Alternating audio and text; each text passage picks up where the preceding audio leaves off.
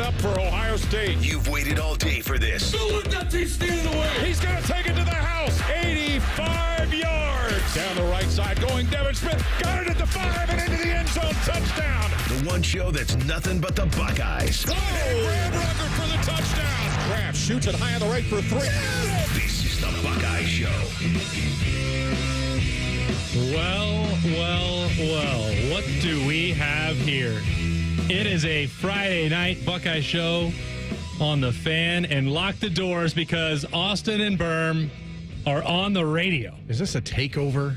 Is this an Austin and Birm takeover, or is this a you're the only guys that don't have social lives and a reason to not work tonight?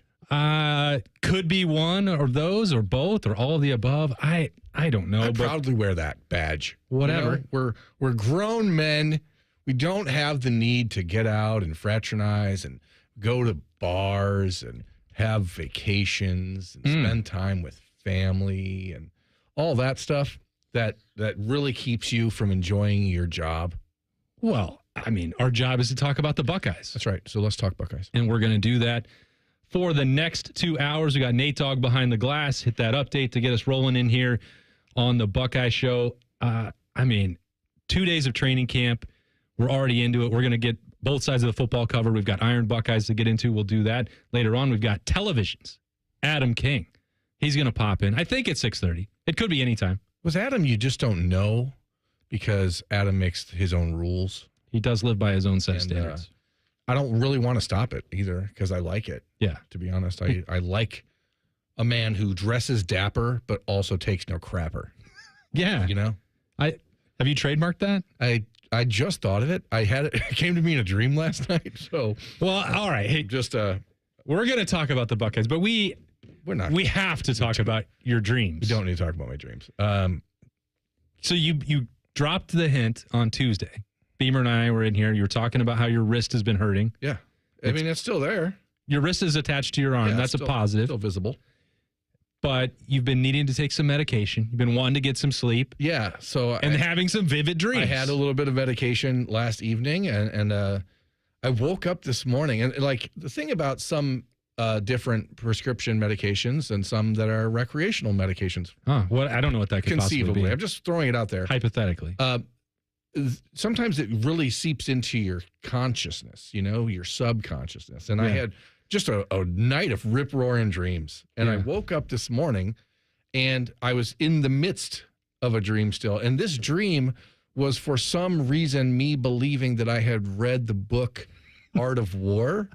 And you haven't? I haven't. I didn't think so. So I'm having this dream, and I was in a conversation with someone where I was quoting the book The Art of War to them. And I relayed a very profound quote from The Art of War, which I'm not going to get into. It's irrelevant. You told me what it was. I've been thinking about it all day. And so I was so shooketh by this dream that I woke up, and when I was, getting myself ready for the day, I Googled the quote from the Art of War book, assuming that I had, in fact, picked up this quote from somewhere else. Yeah, right. 'Twas not the case. I completely fabricated it in my dream, but now I feel like it's a quote I'm going to live with for the rest of my life. And it's just a weird moment, man. It was a weird moment about how different people see two faces of evil, and the only way that you can determine them is like either you make them both dark or you make them both true. And I'm like, I don't know what this means. I don't think it means anything. No, but I Googled it, and it didn't exist. Wow, that wasn't on Google? No, I'm like rolling over my cord here.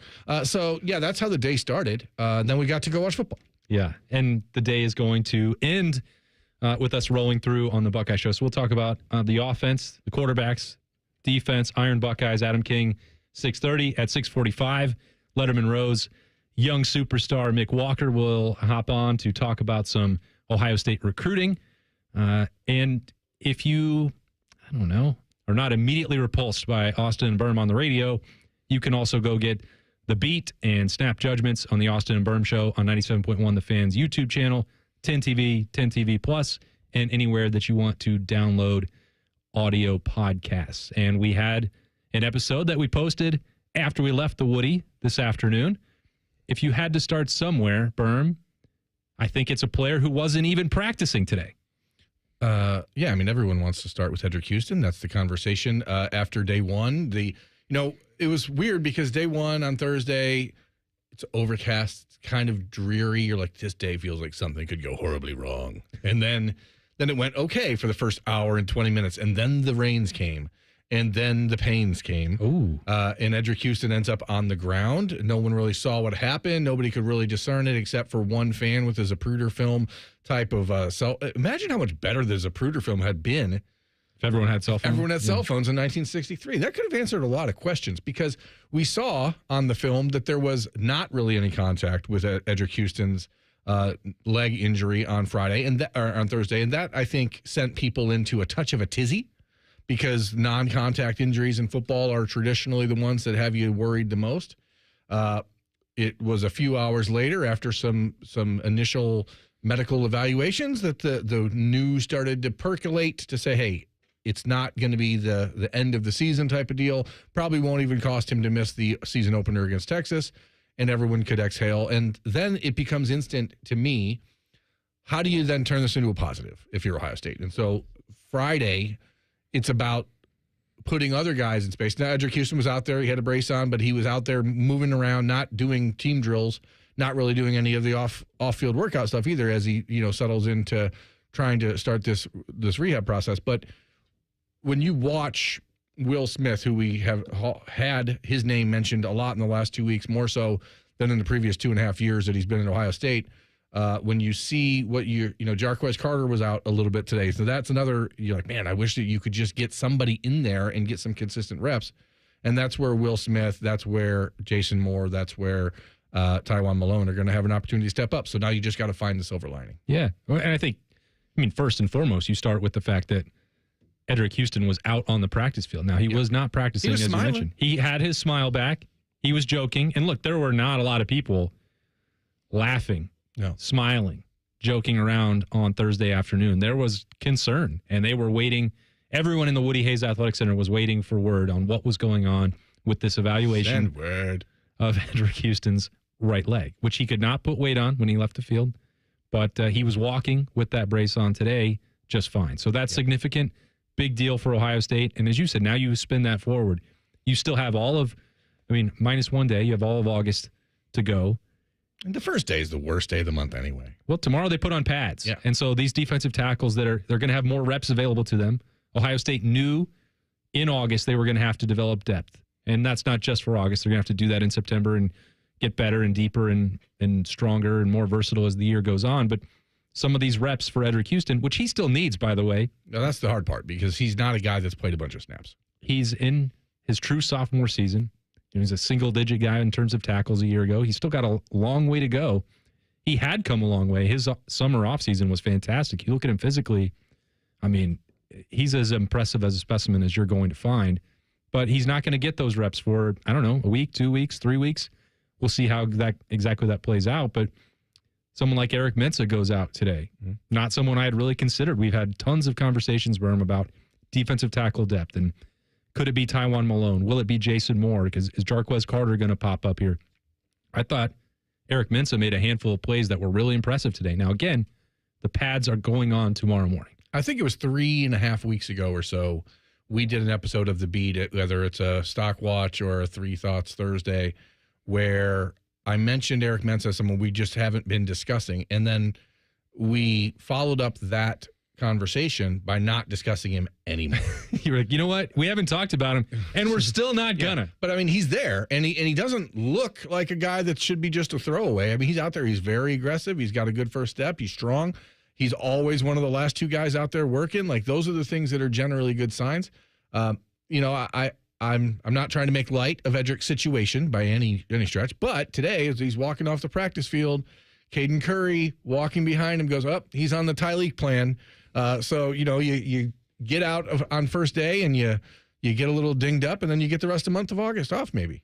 Yeah, you talk about strength. Well, Ohio State handed out one of the biggest honors in the program to some of its Buckeyes. We'll tell you who earned it right here on the Buckeye Show next. We know everything about you. We know you love the Buckeyes. We know you love the Jackets. We know you're wearing a red shirt. Just freak the hell out of someone. The Fan. You can stream the game on your phone while you're gardening. You can stream it while you walk the dog. You can stream it at a trampoline park. You can even stream it at a monster truck rally. But the second you get behind the wheel, the game's over. Remember, Ohio, phones down. It's the law. This radio commercial was made to convince you to stop speeding. We can't use law enforcement siren sound effects on the radio, so we'll use other equally jarring sound effects to get your attention, like telling you if you get a speeding ticket, it doesn't end there. You have to pay expensive fines. You can't go to your friend's wedding because that also costs money. And your insurance rates could increase. See? We didn't have to use law enforcement sirens after all. Getting a speeding ticket has consequences. Sooner or later, speeding catches up with you. Brought to you by NHTSA. Experience the ultimate gridiron experience at the Ohio State Football Training Camp, presented by Safe Flight, Bob's Discount Furniture, and Weber, happening at the Woody Hayes Athletic Center July 31st through August 2nd. Don't miss your chance to get the first look at your Ohio State football team. Bring your friends and family and dive into the excitement with inflatables, giveaways, and more. Tickets are limited, so get yours today to ensure you don't miss out on the fun. Visit universe.com/OSU Training Camp 2025 to purchase your tickets today. We've got a story about a little bean doing big things. Soybeans are used in creative ways you may have never realized to make products we use every day. And Ohio's farmers are growing some of the world's best soybeans. By using and eating soy-based products, you make a positive impact locally and globally. Say hey to the largest ag export in the U.S. Learn more about soybeans at soysecrets.org. This ad brought to you by Ohio soybean farmers and their checkoff. The future of recycling is now at Rumpke Waste and Recycling. The recycling leader has opened North America's largest, most technologically advanced recycling center right here in Central Ohio. This one-of-a-kind facility features interactive displays, educational opportunities, and the ability to process over 60 tons of recycled material per hour. Rumpke is committed to recycling and sustainability efforts, and for more than 90 years, Rumpke has worked to make sure the items you place in your recycling bin get used again. Visit Rumpke.com to learn how you can team with Rumpke to put less trash in our landfills and more of it to good use. The Donato's $5 Pizza Pals menu is adding some pals. Donato's savory and delicious family recipe meatballs are now on the Pizza Pals menus, along with new Oreo twists. Sweet, delicious pull-apart twists with real Oreo cookie pieces drizzled with vanilla icing. You can order unlimited $5 Pizza Pals with any large pizza. So order today and load up on all the Pizza Pals you want. Donato's, gotta love more. Morning Juice is live on YouTube. Weekday morning starting at 6. Or on demand whenever you want it. Yeah, whenever. Bobby Carpenter's at your beck and call. And Tito's there too, to clean the toilets. Head to YouTube and subscribe today. They're trained. They're prepared. Let's do it. They're Ohio's undefeated plumbing, drain, heating, and cooling team. And they're here to tackle your problems. For plumbing, drain, heating, and cooling, there's only one team. The Waterworks. Better care, better value, better results. Call the Waterworks at 614-232-2222 or visit them online at thewaterworks.com. A proud sponsor of Ohio State Athletics. Go behind the scenes of one of the most recognizable landmarks in all of college athletics with a tour of Ohio Stadium presented by Experience Columbus. A seasoned redcoat will be your guide as you make your way through walls of the stadium, into the press box, and onto the field. Upgrade to the VIP package and get special access to the band center and the Ohio State home locker room. From corporate outings and school groups to single-person tours and small families, Ohio Stadium tours offer a variety of options and pricing. For more information, visit ohiostatebuckeyes.com and book your tour. Ohio Stadium Tours, presented by Experience Columbus. Fan weather. From the Logan AC and Heat Services Weather Center. Plenty of sunshine, but a bit breezy on this Friday, but at least we're dry. Temperatures in the upper 70s, down to the mid to upper 50s, and after a cool start on your Saturday morning, a perfect finish. Back around 80 degrees with plenty of sunshine Saturday afternoon. With your 10 weather impact forecast, I'm Chief Meteorologist Jerry Martz on The Fan. The best damn radio show in the land. You're listening to The Buckeye Show.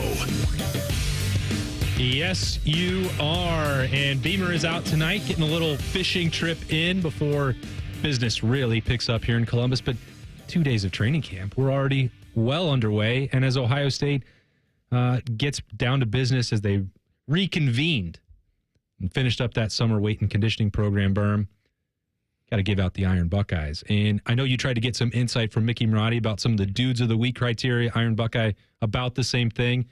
We'll get into the 8 guys who earned that honor, but what did you learn about what exactly Coach Mick is looking for there? The craziest thing that I would have ever conceived of is that 30 different people get a vote as far as who makes the dudes of the week, because it seems like a fairly informal situation that should be like, hey, me and Tom, we're sitting over there, and this guy looked like the dude, and so he's the dude of the week. And then no, it's actually 30 people. Mick Marotti. Wait, you thought that was how they did it? Yeah, I was like, it's just a couple of dudes picking the dudes. Okay. And so Mick Marotti suggested that others have suggested that his vote is maybe worth like 10 votes. So if that's the case, it's actually a 39 vote panel. Okay. And Mick Marotti just happens to get 10 of them.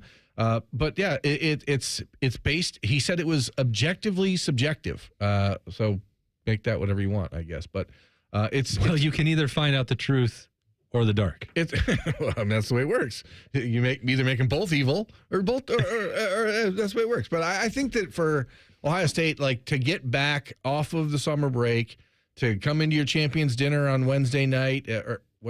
Because it was the night before first practice. Today's Friday. Yeah, it is. Yesterday was Thursday. Day before that, Wednesday. Tomorrow is Saturday. Tomorrow's Saturday. So we've got at least 4/7 of the week figured out.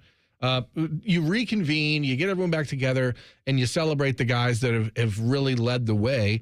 It's not a surprise that 2 of the returning Buckeyes from last year's teams who were Iron Buckeyes, Austin Sareveld and J.J. Smith, are among the 8 guys. But I think it's surprising because we haven't been able to really get behind the curtain as far as these types of inner team awards in the last couple of years. We don't see who wins Buckeye Leaves and that sort of stuff like we used to on Tuesdays during the season. But to have 8 guys come out and get that sort of accolade and that sort of honor from their teammates and the coaches and the leadership committee is pretty telling, I think, about a team that was desperate for leadership heading into this offseason, considering you lost so many core parts of your leadership. I really do believe that Ohio State, Ryan Day, whoever, Quinn Temple, whoever's involved in this with the all 39 people. Well, with the champion grades, I really think they need to bring that part back. The public celebration. It's not about who didn't earn it. Yeah, it's not about who didn't earn it. Unfortunately, it turns into who didn't earn it. Yeah, maybe, but it's more about celebrating the ones who achieved it, because we could also say, well, there are 82 other Buckeyes who weren't Iron Buckeyes in the weight room this summer. Like, it's an embarrassment. Come on, how is that good enough? And I'm obviously saying that tongue in cheek because you give the honor to the best of the best. Well, that's also what the champion grades are for. And they're still talking about who the offensive player of the game is, defensive player of the game, special teams player of the game. I know it doesn't make that big of a difference, but it helps put into perspective game by game what the coaching staff is seeing from the Buckeyes, the same way that Mickey Marotti is doing that right now with the summer conditioning program heading into training camp. So those 8 Buckeyes, you mentioned Austin Sareveld and Jeremiah Smith, they were joined by Kenyatta Jackson, who we heard a ton about in the build-up towards training camp. We were at Big Ten Media Days, and Sonny Styles and Caleb Downs were saying, I personally believe Sonny Styles is going to get the block O, but we asked Sonny if it was going to be somebody else, and he said Kenyatta Jackson, and that was sort of the, neon flashing sign. They're like, okay, something's going on that's a little bit different. You've seen that with him in these first couple of days of training camp, just the leadership, it's impossible to ignore, and the work ethic clearly turned the head of the Dudes of the Week panels. Lincoln Keynotes in that quarterback battle is also an Iron Buckeye. Peyton Pierce, what's his nickname? The Texas Tornado Bro. The Texas Tornado Bro, of course. Sonny Styles, Mr. Blocko, in my opinion. Not that counts at all. Ryan Day's got a billion votes on that one, and Mickey Marotti's got the other billion. Carnell Tate and Jalen McClain. I'd say out of the 8, it's pretty much exactly what I thought was going to happen for 7 of them, or maybe 6. Peyton Pierce got some Dudes of the Week honors over the summer. Jalen McClain got a Dude of the Week right before the Buckeyes went back to work on Thursday morning, so it's not like it came out of left field, but in the mix with the rest of those guys, sophomore safety, didn't play a ton last year, didn't get a lot of defensive snaps. Well, you put yourself in line for a lot of work when you get an Iron Buckeye accolade. So the question is it a bigger surprise that Jalen McClain is a safety representative on this list, or that Caleb Downs is not on this list. And like, while we immediately, we jokingly say, hey, there's 82 other guys that don't get it. This is an indicator that people are going above and beyond when it comes to the Ohio State Pro. Everyone knows Caleb Downs is a leader on this team. I say that somewhat tongue in cheek, but when you see this list here, you see there's an opportunity for a guy like Carnell Tate, for example, this offseason to have put it into coast mode a little bit, right? You win the national championship. There's all this discussion as soon as Ohio State gets home from Atlanta about Carnell Tate and other schools. He receives other school. He receives a relatively large payday to stick around Columbus. And instead of getting lackadaisical or riding that, he worked harder than he has in the last couple of years. And again, like, we talk a lot on our shows, and I'm sure they talk about it a lot in the studio, the cliches about brotherhood and all this. Like, these are examples of that being made real, I think, in a way that we don't often get a chance to seriously consider, because Carnell Tate was not on this list before, and he's never been known as like the most aggressive, a weight room warrior, right? And so this is someone who purposely took on more this offseason, and that says a lot. Again, I think it's interesting that Caleb Downs isn't on it because it doesn't look like he's skimped any arm days lately. He's got just absolute cannons on his shoulder. But what you're seeing is a really diverse group, position by position, and players that you've seen openings for them to step up in fill leadership vacuums, and this is a really encouraging group. Do you think, how many out of the 8 would you have got right? Probably 5.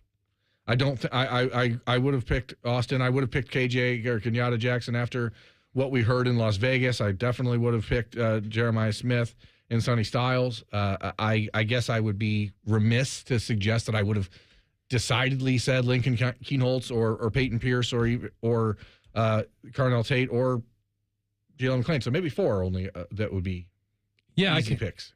I almost thought that they would limit it to 3 or 4. Yeah, I didn't know it was ever this amount. It feels like, remember what year? It was like 2016 when Urban Meyer had 9 captains, and okay, that's too many captains. Yeah, that's not a good sign. I think I get it. Like, you want to honor the people that do the work, and you want to make sure that people, you don't put a cap on how many guys can go above and above beyond. So kudos to them. Yeah, it's the Kenyatta Jackson part for me. It's so much. It's obvious because we saw it today.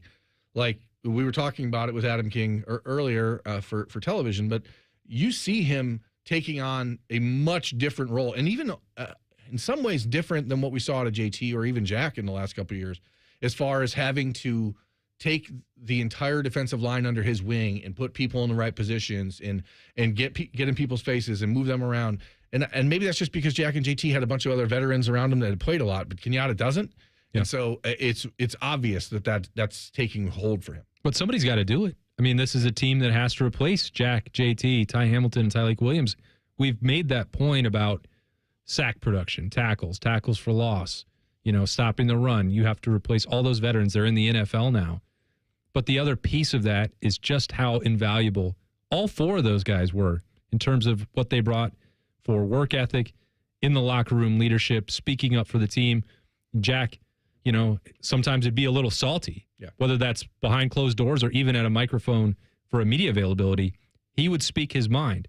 JT was much quieter, but I think everyone looked up to him with the physical tools and the raw ability and how he improved throughout his career, didn't get complacent with it. Didn't miss games, he was always playing, all the things that you need. And you had a dynamic personality in Tyleik Williams, and then you had just like the most rugged, nose to the grindstone worker that you could possibly have in Ty Hamilton. That was what made that group so great on the push to the national championship, and you have to replace that.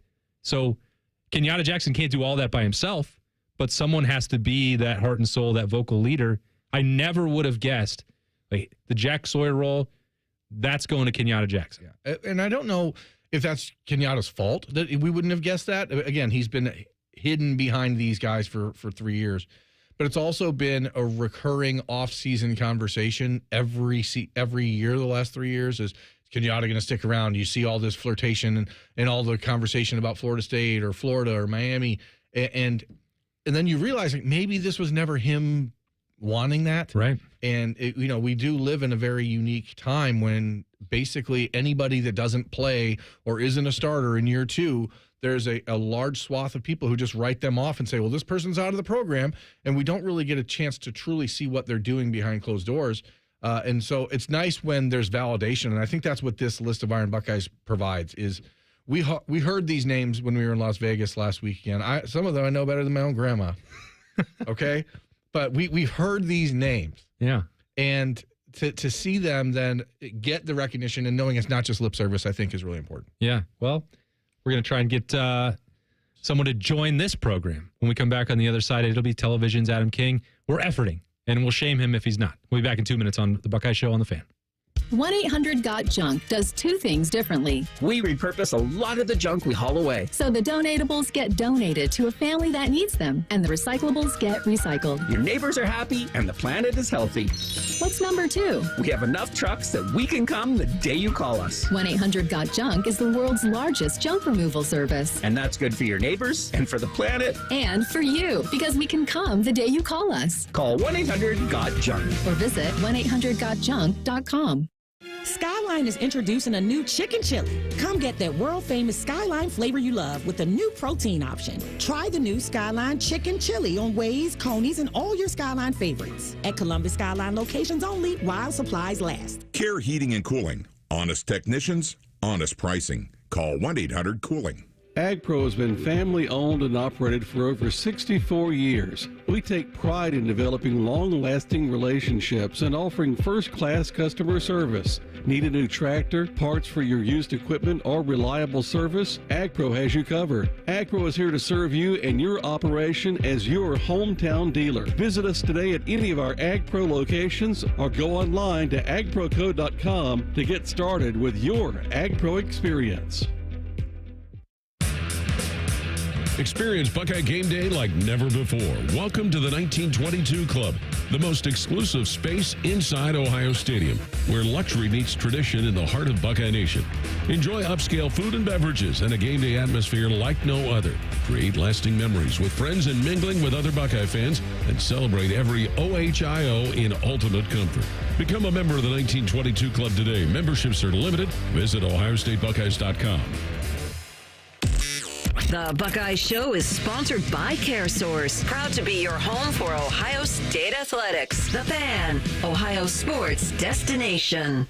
If you still have a weird rash from jumping in Mirror Lake, we can be friends. This is the Buckeye Show. And welcome back to the Buckeye Show. No Beamer off this weekend, but you've got Austin, Ward, and Jeremy Birmingham, also known as Austin and Birm. And we also are on a show called The Austin and Birm Show. That's right. And speaking of rashes, Adam's not back with us yet. We will shame him. I got an update from 10 TV's Adam the King. So I'm at the Woody. Got to do this update. Apparently, his real job is more important than coming in here to hang out with us for a segment or 2 segments or even the rest of the show. But we'll get him at some point.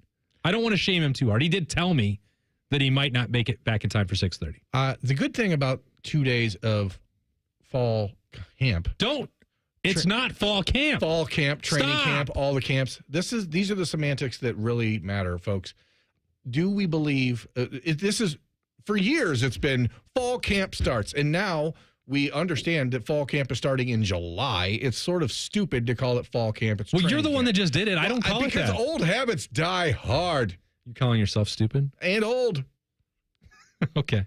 It is training camp. It's training camp. We got 2 days worth of stuff to talk about. So not having Adam here prattling on about how good his hair is or something. Ooh, I'm so pretty. Is fine. We'll make do without him. And the truth is, he can't stop us from saying these things about him if he's not in the building. I don't think he would anyway. So, Adam, your hair is ugly.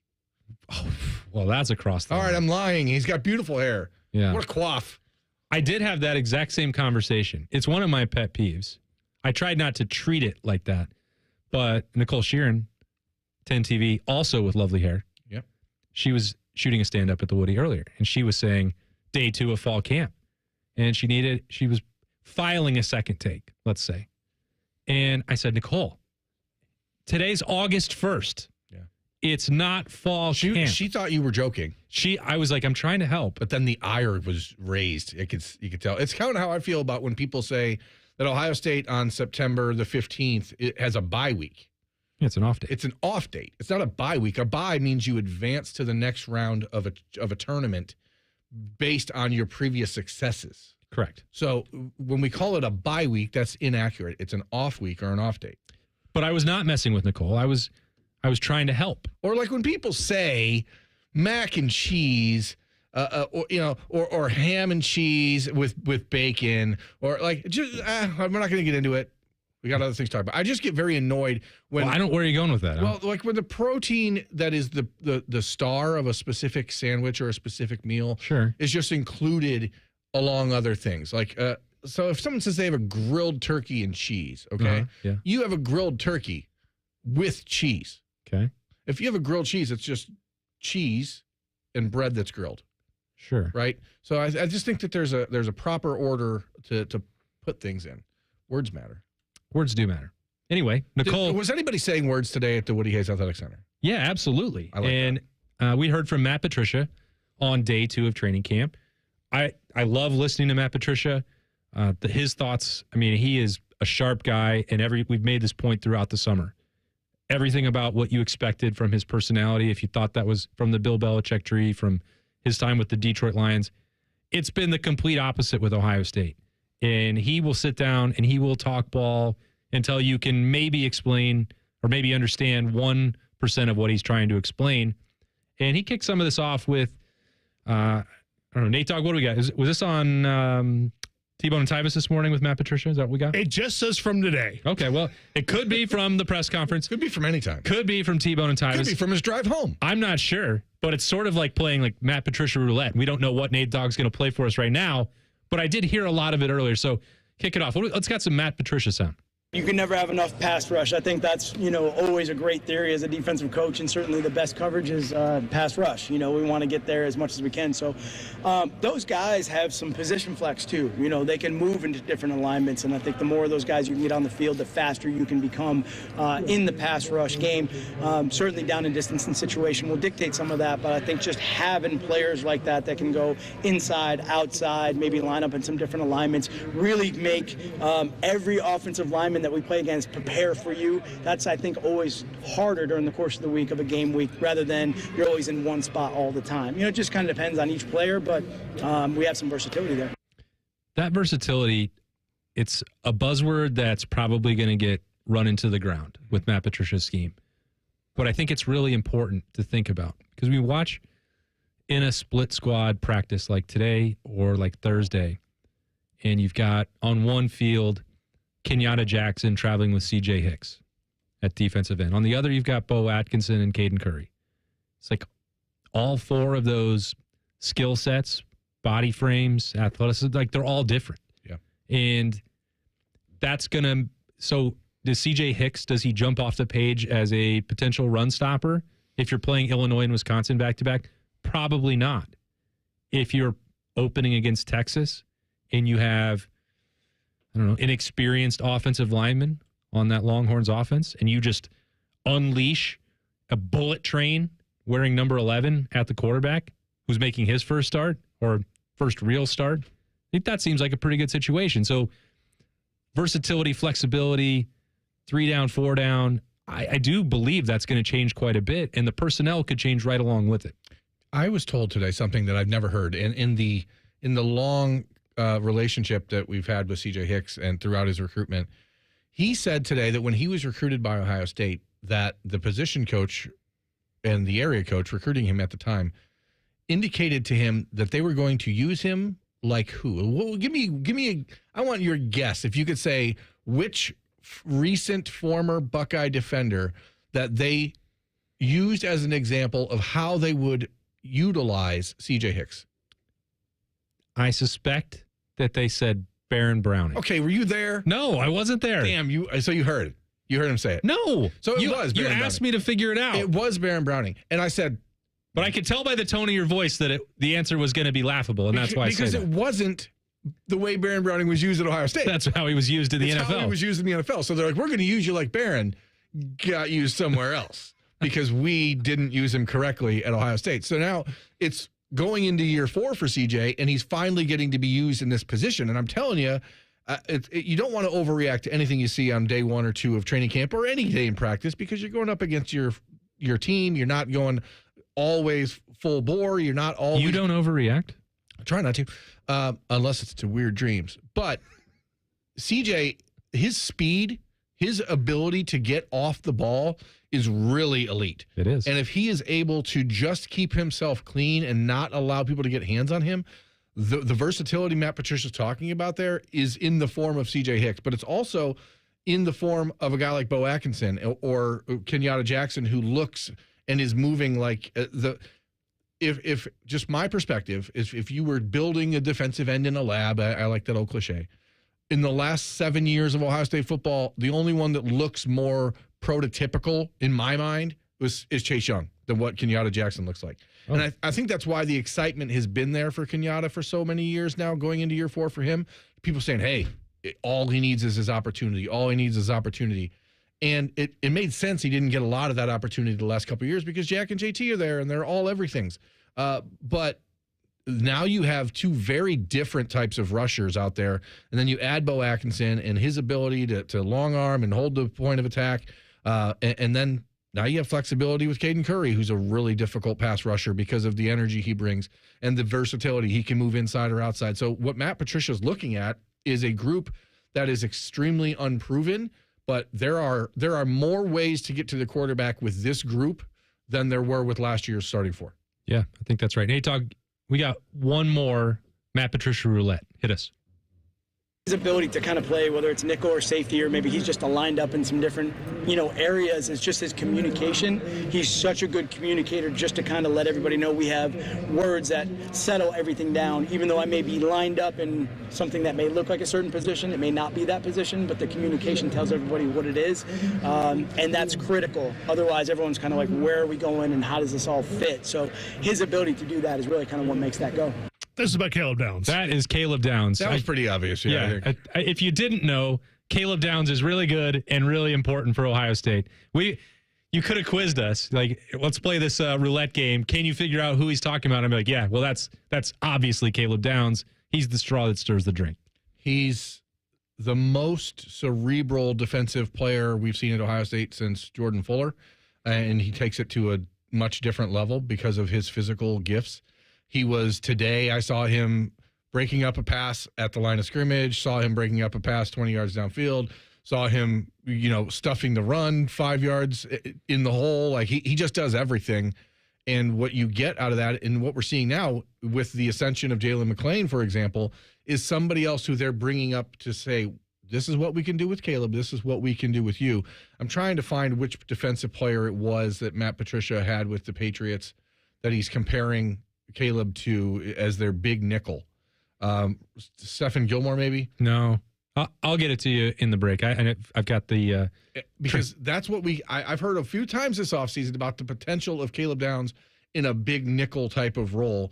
And the only way that works is if Jalen McClain and Malik Hartford are allowing you to do it. Yeah. And, what it means for Lorenzo Styles or Bryce West or anybody else, I guess, is up in the air. But if these guys are playing at such a high level, and we've joked and mocked the safety-driven defense for years, that is where the defense is going to be its best. So, Caleb Downs, thank you, Nick Saban, for everything. That's the kind of analysis you can